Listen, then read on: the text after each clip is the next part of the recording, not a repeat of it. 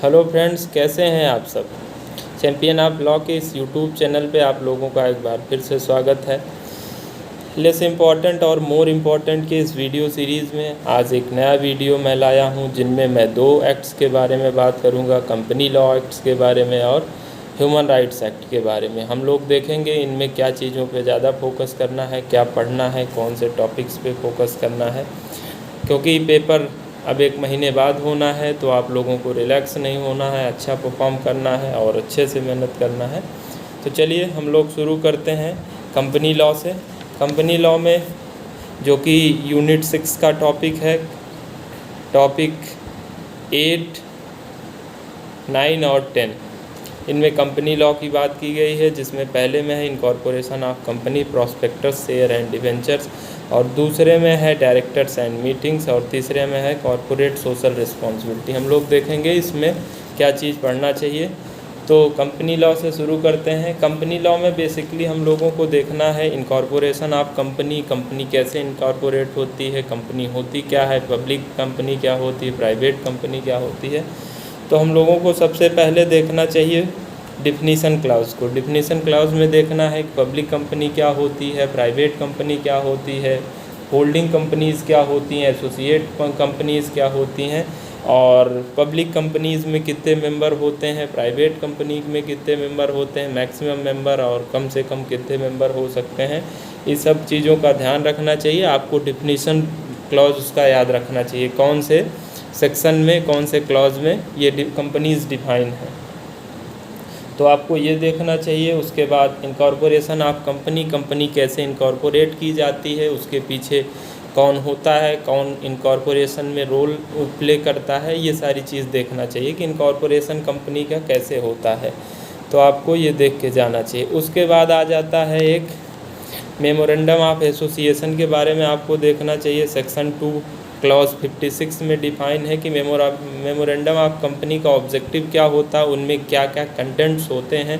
जैसे कि memorandum of company में नेम क्लॉज होगा, रजिस्टर्ड ऑफिस होगा, लाइबिलिटी क्या होगी कंपनी की वो होगा, ऑब्जेक्टिव क्या होगा वो होता है, कैपिटल कितना होता है, वो सारी चीज़ें memorandum of company, memorandum of association में लिखा होता है, तो आपको ये देख के जाना चाहिए। उसके बाद इस पे एक डॉक्ट्रिन है, डॉक्ट्रिन ऑफ अल्ट्रा वायरस, उसको देखना चाहिए कि किस तरीके से मेमोरेंडम ऑफ एसोसिएशन से रिलेटेड है। उसके बाद उसके ऊपर जो केसेस हैं, जैसे एक केस है ए लक्ष्मी स्वामी वर्सेस मुदालियार वर्सेस LIC का केस है, ये उसका काफ़ी लीडिंग केस है, इसको याद रखना चाहिए आपको। उसके बाद आ जाता है आर्टिकल ऑफ एसोसिएशन, पढ़ के जाना चाहिए आर्टिकल ऑफ एसोसिएशन कहाँ डिफाइन है, और उसके बाद उस पर केस कौन से हैं। तो एक केस है Ashbury Railway Carriage and Irons Company Limited versus Riche का केस है, जो कि उसका बहुत ही लीडिंग केस है। आपको याद रखना चाहिए कि आर्टिकल ऑफ एसोसिएशन का ये केस है। वो पूछ लेगा कि आर्टिकल ऑफ एसोसिएशन से कौन सा केस रिलेटेड है, तो आपको ये याद रखना चाहिए। और उसके बाद फिर आर्टिकल ऑफ एसोसिएशन में क्या क्या चीज़ होती है, जैसे ड्यूटीज़ होती हैं, पावर्स होता है, राइट्स होते हैं कि कंपनीज़ के जो मेंबर होंगे उनके क्या ड्यूटीज़ होंगी, उनके राइट्स क्या होंगे, उनमें पावर्स क्या होंगे, ये सारी चीज़ें आर्टिकल ऑफ एसोसिएशन में लिखी होती हैं। उसके बाद एक डॉक्ट्रिन है, डॉक्ट्रिन ऑफ इंडोर मैनेजमेंट, उसको आपको देख के जाना चाहिए। एक केस है रॉयल ब्रिटिश बैंक वर्सेस तरक्वांड का केस है, जिसको तरक्वांड रूल भी कहते हैं। डॉक्ट्रिन ऑफ इंडोर मैनेजमेंट को तरक्वांड रूल कहते हैं, आपको ये याद रखना चाहिए, क्योंकि ये पूछता ही है कि तरक्वांड रूल किसे कहते हैं, तो डॉक्ट्रिन ऑफ इंडोर मैनेजमेंट से रिलेटेड है। उसके बाद एक केस है इसमें official liquidator versus commissioner of police का। ये केसेस आपको याद होने चाहिए, कौन से टॉपिक के ये केस हैं, आर्टिकल ऑफ एसोसिएशन का है, मेमोरेंडम ऑफ एसोसिएशन का है, तो ये सारी चीज़ें याद होनी चाहिए। उसके बाद एक टॉपिक है प्रॉस्पेक्टस। तो प्रॉस्पेक्टस कहाँ डिफाइन है, सेक्शन 2 क्लॉज 70 में डिफाइन है, तो ये देखना चाहिए प्रॉस्पेक्टस का क्या मतलब होता है, उसका ऑब्जेक्टिव क्या होता है, तो ये आपको देख के जाना चाहिए। और उसके बाद प्रॉस्पेक्टस के टाइप्स देख लेना चाहिए आपको कि कितने तरीके के प्रॉस्पेक्टस होते हैं, कहाँ डिफाइंड है, कौन कौन सा सेक्शन प्रॉस्पेक्टस से रिलेटेड है, क्योंकि सेक्शन ही पूछता है कि कौन से सेक्शन में किस टाइप का प्रॉस्पेक्टस है। जैसे प्रॉस्पेक्टस 5 तरीके का होता है। Statement in lieu of prospectus एक प्रॉस्पेक्टस है, दूसरा है डीम्ड प्रॉस्पेक्टस, और उसके बाद तीसरा है एब्रिज प्रॉस्पेक्टस, एक सेल्फ प्रॉस्पेक्टस होता है, रेड हियरिंग प्रॉस्पेक्टस होता है। इन सारी जो भी प्रॉस्पेक्टस हैं इनसे सेक्शंस कौन कौन से रिलेटेड है, जैसे सेक्शन 25, 26, 27 और 31, 32, 34, 35, ये सब प्रॉस्पेक्टस से रिलेटेड सेक्शंस हैं। इनको आपको देख के जाना चाहिए। टाइप ऑफ प्रॉस्पेक्टस, और प्रॉस्पेक्टस में कोई मिस स्टेटमेंट्स होता है तो उसके लिए लायबिलिटी क्या होती है, जो कि सेक्शन 34 और 35 में दिया है। सिविल लायबिलिटी 35 में दिया है, क्रिमिनल लायबिलिटी 34 में दिया है। तो लायबिलिटी क्या होगी मिस स्टेटमेंट्स में, तो आपको ये देख के जाना चाहिए कि कितनी लायबिलिटी होती है मिस स्टेटमेंट होने पे। गोल्डन रूल ऑफ प्रॉस्पेक्टस के बारे में आपको पढ़ के जाना चाहिए कि उसका क्या मतलब होता है। तो ये टाइप ऑफ प्रॉस्पेक्टस, उससे रिलेटेड सेक्शंस पढ़ के जाना चाहिए आपको, और लायबिलिटी क्या होती इन केस ऑफ प्रॉस्पेक्टस में कोई मिस स्टेटमेंट होता। उसके बाद एक टॉपिक है शेयर्स।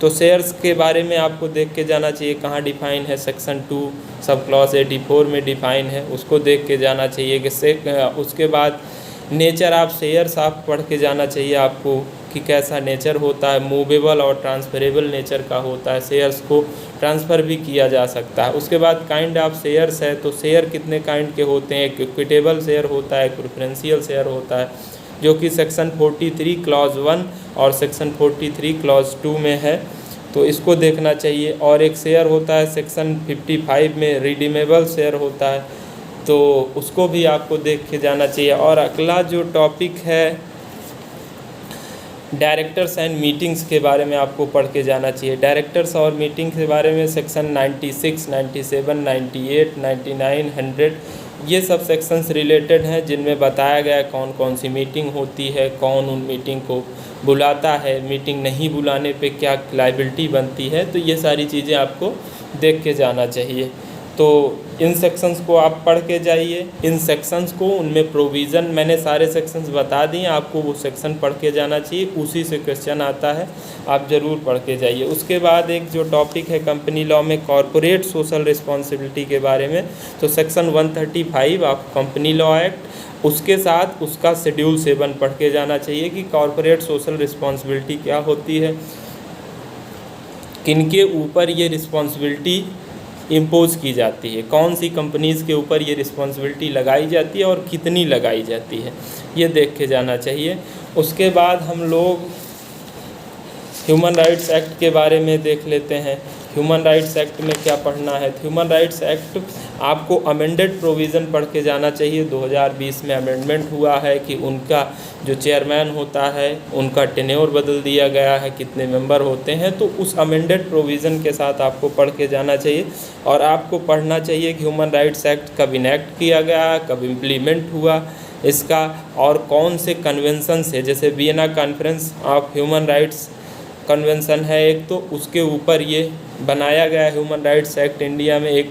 उसके बाद डिफिनीशन क्लास आपको देखना चाहिए, सेक्शन 2D ज़रूर देख के जाएं, जिसमें ह्यूमन राइट्स को बताया गया कि ह्यूमन राइट्स होता क्या है, जिसमें आपको लाइफ, लिबर्टी, इक्विटी और डिग्निटी, ये 4 चीज़ों से मिलके ह्यूमन राइट्स बनता है। इसका सीरियल पूछता है कौन से सीरियल में है, सीरियल चेंज करके, तो आपको ये देख के जाना चाहिए।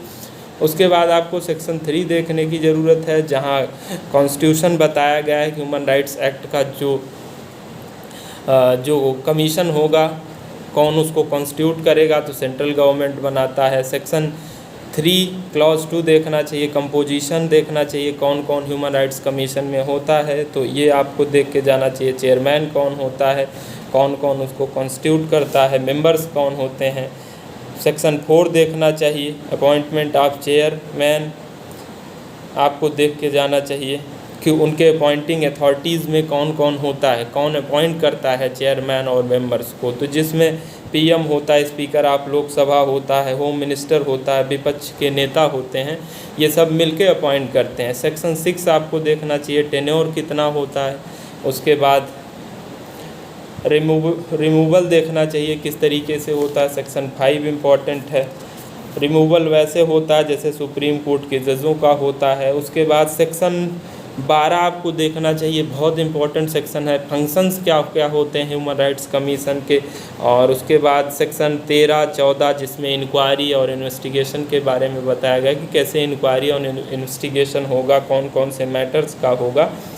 और उसके बाद आपको इस तरीके से फिर स्टेट ह्यूमन राइट्स कमीशन के बारे में जानना चाहिए, जो कि उनका टेन्योर कितना होता है, कितने साल के वो अपॉइंट होते हैं। और स्टेट ह्यूमन राइट्स कमीशन के बारे में देख के आप जैसे सेंट्रल ह्यूमन राइट्स कमीशन के को देखते हैं, वैसे स्टेट ह्यूमन राइट्स कमीशन को कि उनका टेन्योर क्या होता है, उनका इन्वेस्टिगेशन प्रोसीजर क्या है। तो ये सारी चीज़ें आप ह्यूमन राइट्स, उनके ऑब्जेक्टिव्स क्या होते हैं, फंक्शंस क्या होते हैं, ये सारी चीज़ें देख लीजिए। उसके बाद आपको देख लेना चाहिए कि प्रेजेंट चेयरमैन कौन है ह्यूमन राइट कमीशन के और पहले चेयरमैन कौन है। और जो भी चेयरमैन्स हैं उनके बारे में याद रखना चाहिए। कभी कभी क्वेश्चन आता है कि 3-4 चेयरमैन दे देगा, उनके क्रोनोलॉजी पूछ लेगा। तो इतना आप करके जाएंगे तो ह्यूमन राइट्स एक्ट और company law act is too sufficient. इतने में आपका जो भी क्वेश्चन यहाँ से रेज होगा हो जाएगा। लगभग 2-3 क्वेश्चन ह्यूमन राइट्स एक्ट से आ सकते हैं, 2-3 क्वेश्चन कंपनी लॉ से। तो आप इतने सेक्शंस और इतनी चीज़ें करके जाएंगे तो आपके 4-5 क्वेश्चन आसानी से बन जाएंगे। तो नेक्स्ट वीडियो लेक्चर में हम लोग किसी 2-3 एक्ट्स के बारे में और बात कर लेंगे। थैंक्स फॉर वॉचिंग, मिलते हैं।